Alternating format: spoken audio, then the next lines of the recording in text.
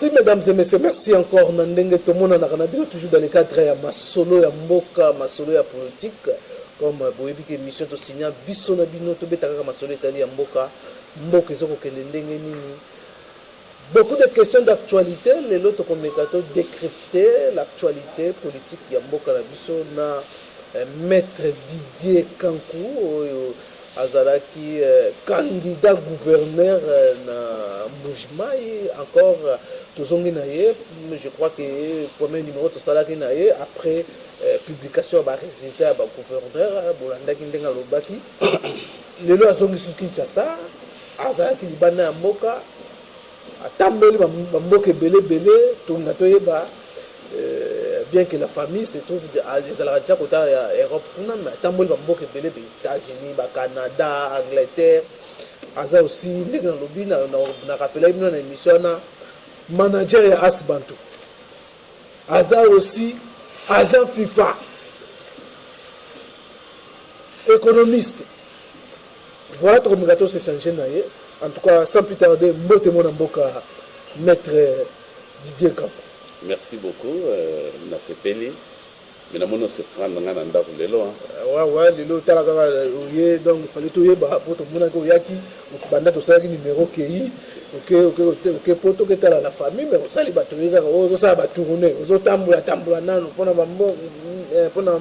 mboka, donc on a un projet pour na Mbujima et kuna alors on est koya, on a sous na mboka na biso après 2 mois on est sur le RDC.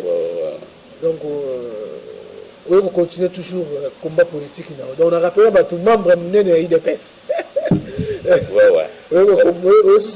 On continue l'activité politique.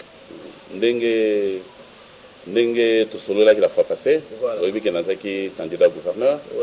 Tant on a candidat gouverneur, donc on a un projet politique. Le projet politique, on a 50 entreprises derrière. 50 entreprises derrière, ceux qui ont le cas qui gouverneur, donc on a comme 50 entreprises dans Mbujimai. Oui, on a même na Kasai Oriental. Voilà. Alors, beaucoup dans les cas qui sont exécutifs, il fallait expliquer Bango pourquoi bazo ndenge ni toko sala photo meka koyana bango na façon voilà. Alors, il fallait vraiment que ça la voyage. Yango yoki nasala ki presque voyage à Union européenne Mobimba. Tamboli presque Union européenne Mobimba, na kina uti pe Canada, na zaki na États-Unis. Tout ça pour convaincre Batouana, pour se mettre ensemble. Après ça, le roi Nazongi, na la demande, je vais voir l'actuel gouverneur pour se mettre ensemble de façon que na progrès social comme toujours le bango na katia IDPS. Je pense que ceux qui batebele bazotu nanga mais comment yozo ke le kuna alors que Jean Maweja Muteba azaki concurrent na yo mais sikoyo ozo ke il fallait aussi la peine en opposition te biso sikoyo osa l'opposition na katia plateforme na bino pour gagner l'élection. Tout le monde IDPS. Donc, tu as des candidats favoris, tu as il y a l'équipe, il y a l'équipe, donc selon Batumsusu, il fallait Nakanga Mabogo, Natale Laye. Et on a l'habité, on a aussi la bongote, parce que Awa, toujours quand des progrès. Progrès en Bokanabiso, donc nous devons nous mettre ensemble. Donc, ma connaissance dans un ango, je vais aller Ngamoro ti na Kasai Kuna pour proposer ce que j'ai et tout ça pour un progrès parce que c'est que pour appuyer chef de l'État comme Ngamoro naza membre à IDPS donc tout ça na pouvoir ce qui est important il faut appuyer pour chef de l'État pour réussir mandat na biso et que les mandat na biso nyonso IDPS parce que l'ito tout ça depuis 37 ans donc tout ça qui ont 37 ans et ça possible il faut te vaincre on disait toujours l'IDPS vaincra non il faut te vaincre voilà alors voilà ça là donc de toujours ma solo où il est déjà et après avoir rencontré bato yo banda ko soutenir yo concrètement bongo bonga bon même boza vision ça na Kasai oriental. Non, investisseur, c'est-à-dire total un peu dans le domaine belé na kati mboka awa. Mais c'est vrai que comme nga nazaki candidat na Kasai na ciblé qui bloque belé na Kasai parce que ceux qui nazaki na exécutif, il fallait créer l'emploi pour la population ezaki kuna parce que population na Kasai vraiment emploi les aménités. Donc il fallait qu'on mette ma bateau de façon que tout créer emploi pour la population. Voilà, alors Tobeta Masolo, un manager, agent FIFA, manager et Asbantou, il a habité dans la période de la Coupe d'Afrique, équipe nous d'abord aux managers on a beaucoup de niveau, bientôt là, le championnat est Bon, c'est vrai que oui, à ce qui concerne l'Asbantou, Asbantou, depuis que tu es entraîneur à la mission, il faut que tant que tu awa, tu vois que moi, baisse mon boy. Donc, tu es allé dans la Ligue 2, dans la Ligue 2, il y a l'INA Foot.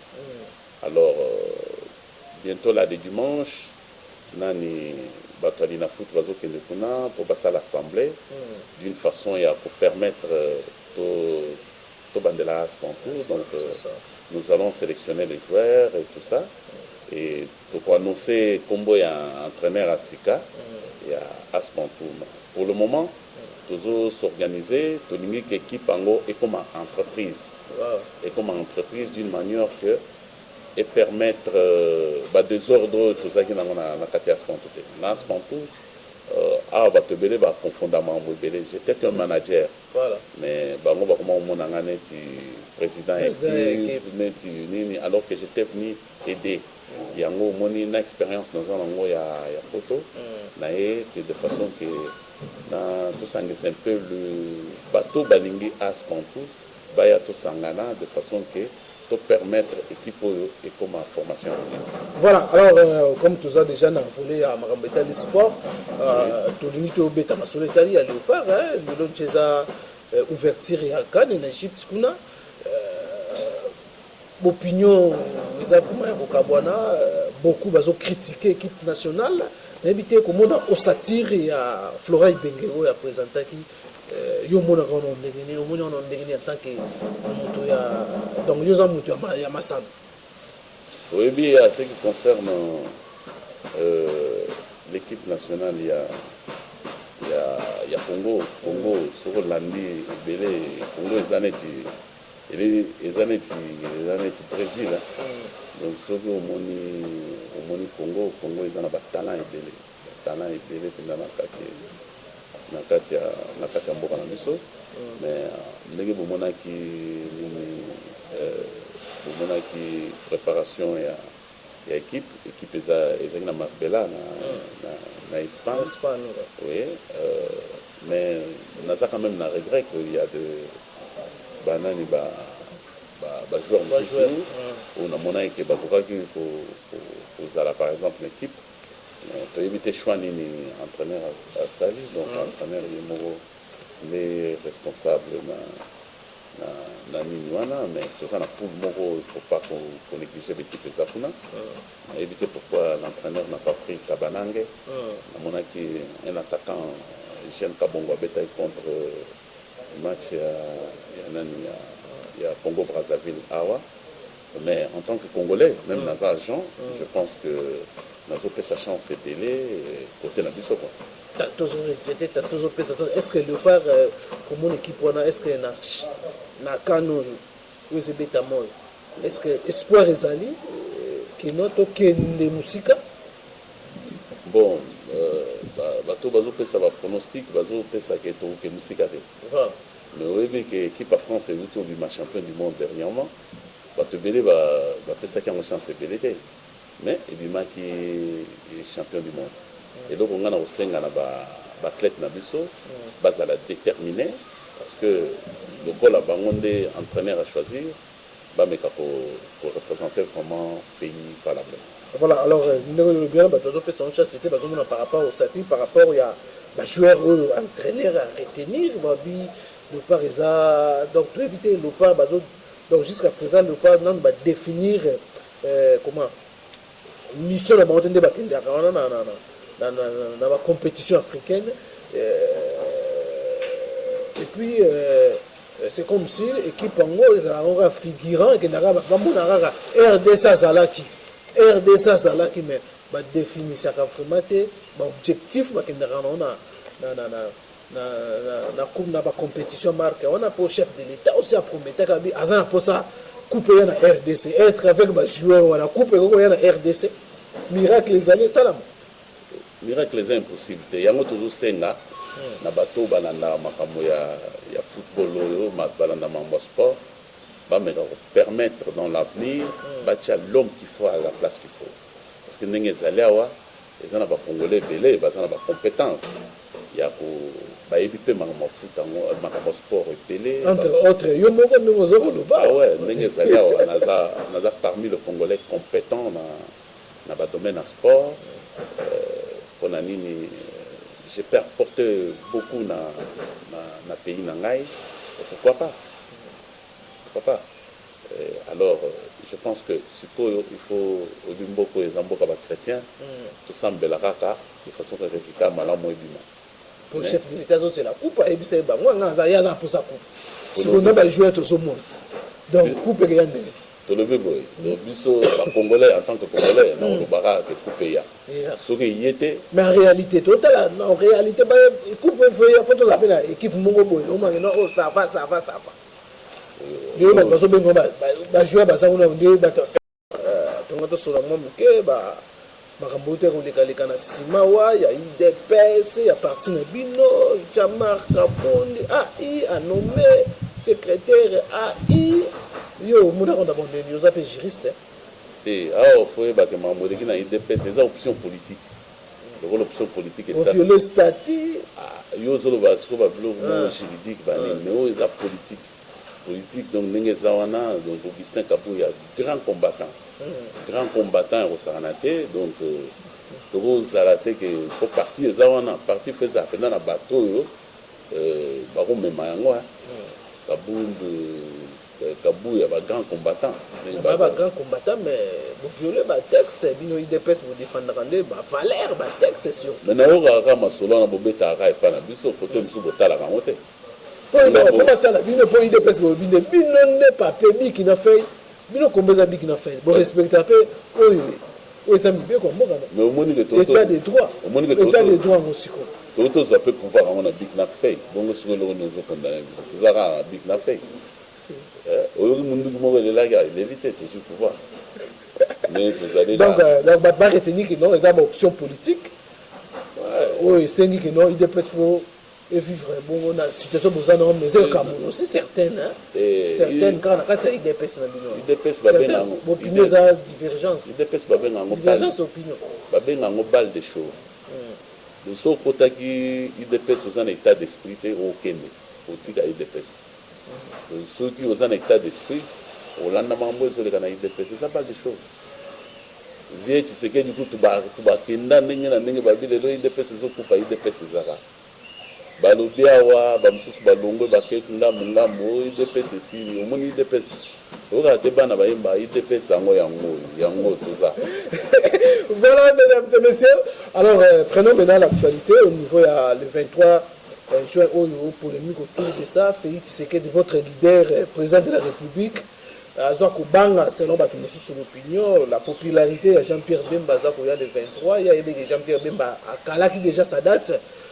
3 mois avant, Félix Tshisekedi a improvisionné, quand on a prière et action de grâce, même le 23, Jean-Pierre Bemba, il y a na stade de Martyrs. Jean-Pierre Bemba a aéroport na triomphal. En face, il y a stade de Martyrs. Là où Jean-Pierre Bemba a communiqué la population quinoise. Et puis, il y a une messe de 10h à 18h quand on a un stade. Vous avez dit que vous avez et c'est là que vous avez Jean-Pierre Bemba. Pourquoi vous avez dit que non, Ayana et tout ça dimanche. C'est le bras de fer, les côtiers. Tant que vous avez une popularité, yo yebi sur le membre popularité na mboko yo yebi yo Ousmane.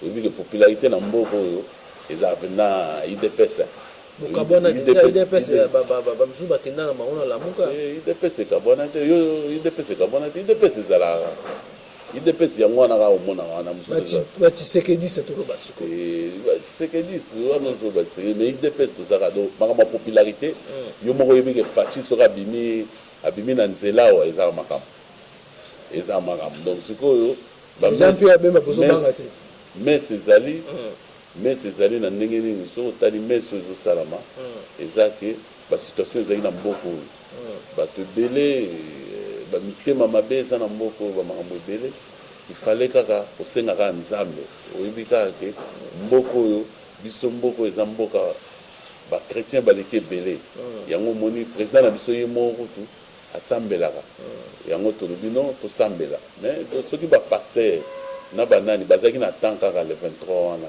oyo babi ke président mpe azalaki na temps parce que aza chef de l'état bazokisika le même pasteur basala Joseph Kabila aussi prière kaka bango bayepa Félix mais sikoyo tokochange bapaster yango donc biso l'IDPS enomaka bapaster te ezaka bapaster oyo baza oyo basambelaka na mboka oyo bango kaka bakosambela kosambela eza mpe motema motu babengi bato basambela babengi bato baya kobunda te babi bato baya kosambela mais pourquoi dans la date sur Jean-Pierre Bemba zokoya bino mpe prière afuwana motoezomima mwa eloko nini elakisi yo ke biso tozwaki date wana avant Jean-Pierre Bemba te ozomona eloko nini elakisi yo biso tozwaki yango peut-être avant ye mais toboyi koloba yango ntango tolobi sikoyo ke ye azoya jour wana Jean-Pierre Bemba ya mokoni mpo biso mpe totianga biso ko tozobenga Jean-Pierre Bemba aya mpe na losambo saza mwana mboko aya losambo aya mpe na stade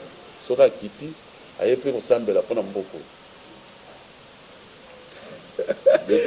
tozobenga ye mpe na aya stade aya mpe na kosambela mpo na mboko bomona teke no population bakozala epa Jean-Pierre Bemba population bakozala epa ya Faci est-ce que affrontement kosalama te population wana bango nyonso baza bacongolais est-ce que eza na population ya bato mboka moko na bato mboka moko te non toza na réalité politique mais réalité politique bato ya lokola towana bakan kan ya lamuka na kan ya kashi baza na opposition basalelaka yango na parlement opposition basalelaka yango na bapropose babiloko est-ce que mpona yo vraiment maître Didier Kankou par rapport à des dates, on a des événements, la police sociale a une incapacité à sécuriser la manifestation, des manifestations, solution que vous avez vraiment. Palliatif. Au moins Ousmane, surtout bandika na mboko to lobaka ba mamba polémique, donc il faut sauter. Vous pouvez créer polémique parce que les kamtozana ngwa, il a tout soutenu le chef de l'État. Ndenge tobelela ngo bambula na bambula mais bon obligé bato nyonso peut-être tout ça na démocratie parce que lobby biso to obligé bato te na progrès social donc to proclamer na kanisa ke roleka na question parce que question tozo senga Jean-Pierre Bemba aya dimanche aya pe kosambela parce que ça mona mboko voilà mesdames et messieurs voilà maître Didier Kankou Jean-Pierre Bemba donc atika message wazali nango aye kosambela na bino te akoy aye asali message pe sur côté aye kosambela na biso ezamboka boboto voilà alors siko question naza nango susu depuis le 30 juin za fête indépendance ouais mais aussi la muka baza ko yebisa na ba congolais ba bima libanda soulèvement populaire contre qui contre le système actuel contre le régime actuel ba bi alternance et salami mais le même système ils ont condamné yo lobby eza alternance et salami na mutu ce qu'on lobby le alternance et salami mais système yango na ya kala donc tout le bani tout ce que système et ngolo bani constitution changer qui pour la montant alternance et salami qui beni constitution ezaka yango bazo mona bato kala baza wana baza ba congolais sikoyo bikambo ezalawa ezake bozela nanu comment bozobanda koloba gouvernement ebimi nanu te bozoloba kaka soulèvement po bozokoka te nayebi te yo ovanda na kini ovanda na congo te namona apena congolais abimi tranquille donc il faut et puis mandat il y a président de la république il y a 5 ans tout ça pressé point tout c'est là. Donc yo pour yo raison d'être il y a soulèvement populaire exact. Ba congolais ba ils appellent la carte de démocratie. Élection et salamaki. Tout ça na ba institution nyonso ba élire bateau. Voilà. Donc raison il y a soulèvement populaire exact. On a yo. On a raison. Bon, ceux qui pensent na soulèvement populaire bah pour na yo. Soulèvement populaire on a Facebook, na WhatsApp ou what. Bazo on partout. Même le micro. Oyo moko nengo zabo yo mona bina batu hein. Fatia zawa na batu bakeke toke soulèvement populaire Fatia lo. Ousmane lui répondre na éviter na iba pour pas congolais ne bazo raisonner te awa petit comme mwana batu baya ba bazo sa l'opposition na parlement pouvoir eza 5 ans ezali awa après va se préparer baya une élection bino bata IDPS batu ya cash c'est comme si besoin d'ingate opposition ça la manamboko opposition ça atteindre tant que besoin d'ingate opposition ça la karaté base la 5 base la 5. Mais tant va proclamer qui résultat, va proclamer vainqueur, va proclamer perdant. Parce que perdant automatiquement a commis opposant. Il y a une opposition, à se préparer dans 5 ans. À ça l'opposition, à ça l'opposition républicaine. Pour bien plus à ça l'opposition républicaine. Biso yo moko bandi na émission tango lobi obi que émission ezali biso to saka big na fait aya na big na fait c'est-à-dire les institutions parce que pouvoir awa tango to zo ça la campagne ça la campagne mona biso bato cash to lobayi ezala machine à voter tout au Kenya élection bango babi ba okende te na ba machine à voter si masiko to kende élection bobo mais élection ngo bimi biso nde to gagner batika biso 5 ans après ba se préparer pendant 5 ans au zoya il déplace na cash boli batika bino l'aise ba contrôler gagner élection bo gagner élection mais quand il y a la mouka bazo ba candidat ba ngazot. Mais même Martin Fayulu c'est considéré comme président de la République. Moi, tu es en crise. Mais n'a parlé de la nation. Mais n'a parlé de la nation. N'a parlé de la nation. Les vainqueurs, il y a élection d'air qui n'est pas de la nation. Vainqueur, il y a élection, il y a prêté serment.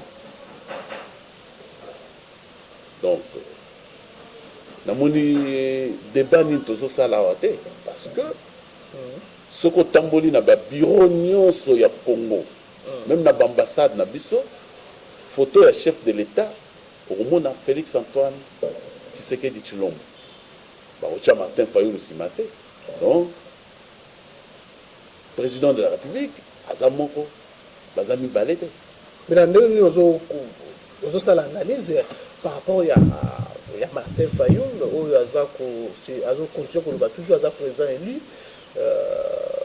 bien que même na cash on voit une place les en Assemblée nationale à ces résistants de l'Assemblée nationale ils ont se considéré président élu puis ils ont ça la asa résistant dans makambona jusqu'à ce que ba congolais ba soit ba ko récupérer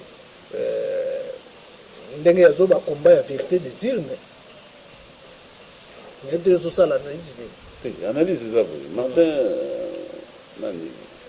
c'est Martin Fayulu, honorable Martin Fayulu, à sa députée. Ce qui a beau mandat, c'est normal. Ils ont le droit d'aller obligé. Ce qui a député, à la députée dans le Parlement. On a parlé de la nation, ils ont le président Félix Antoine Tshisekedi Tshilombo. Partout, ce qui est tamboli, président de la République, ils ont Félix Tshisekedi Tshilombo, jamais Martin Fayulu.